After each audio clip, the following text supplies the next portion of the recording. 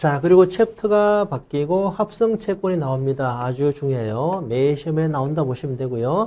합성 채권의 의미를 먼저 보면은 일반 채권에 옵션이 추가가 돼서 성격이 혼합이 되는 채권을 말한다. 그리고 이제 얘네는 두 가지로 구분되는데요.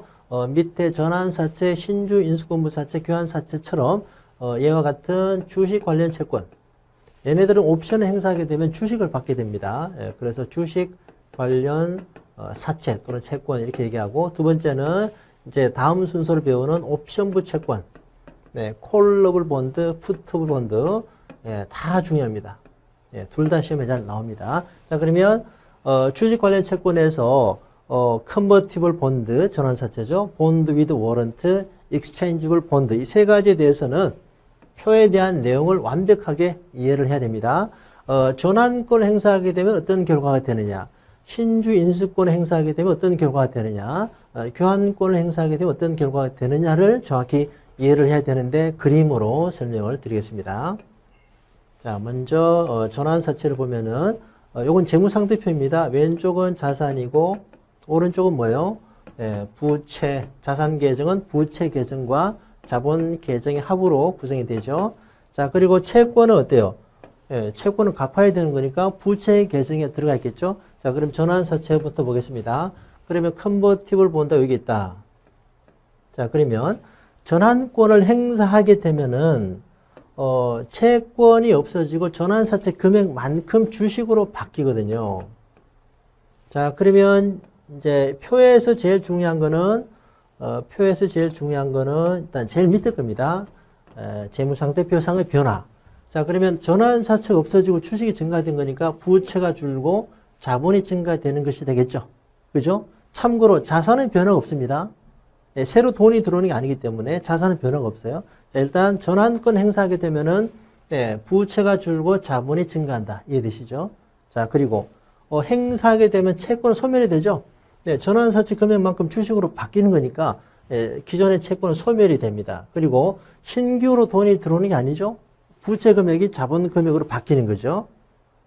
네, 이렇게 이해하시면 됩니다. 자, 그러면 그 다음에 BW를 보죠. BW도 그림을 통해서 보시면, 자, 다시.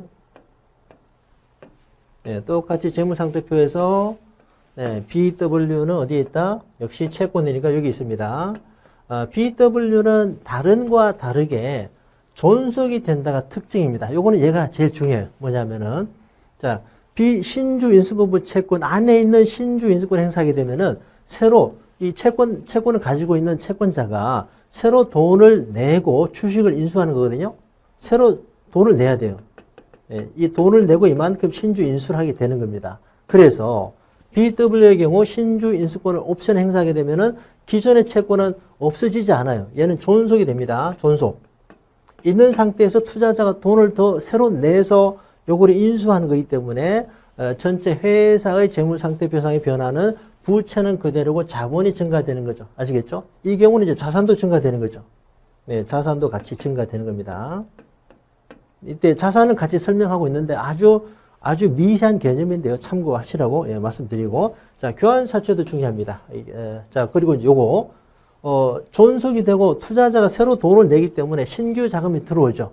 그래서 BW의 차이는 나머지 둘과 다른 차이, 요거를 잘 이해하시면 됩니다. 자, 그리고 이제 교환사채를 보겠습니다. 교환사채는 역시 부채 계정에 있겠죠. 자, 교환사채는 여기 있습니다. EB.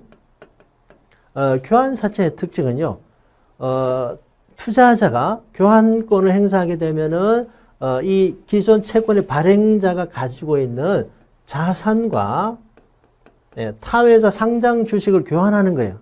자, 그래서 교환권 행사하게 되면 예를 들어서 요거는 이제 그 채권의 발행자가 기아차라고 합시다. 기아차. 네, 기아차가 EB를 발행했습니다. 그리고 EB의 교환 대상 주식을 요거를 현대차 주식이다라고 합시다. 현대차 주식. 자, 그러면 투자자 입장에서는 교환권을 행사하게 되면은 어때요? 네, 얘가 없어지고 현대차를 받게 되거든요. 교환권 행사하며 현대차 주식 받게 됩니다. 그래서 기아차의 재무상태표에서는 어때요?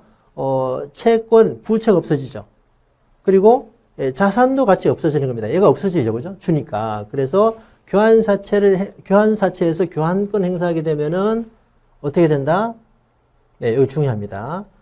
부채와 자산이 동시에 없어진다. 아시겠죠? 부채와 자산이 동시에 줄어든다.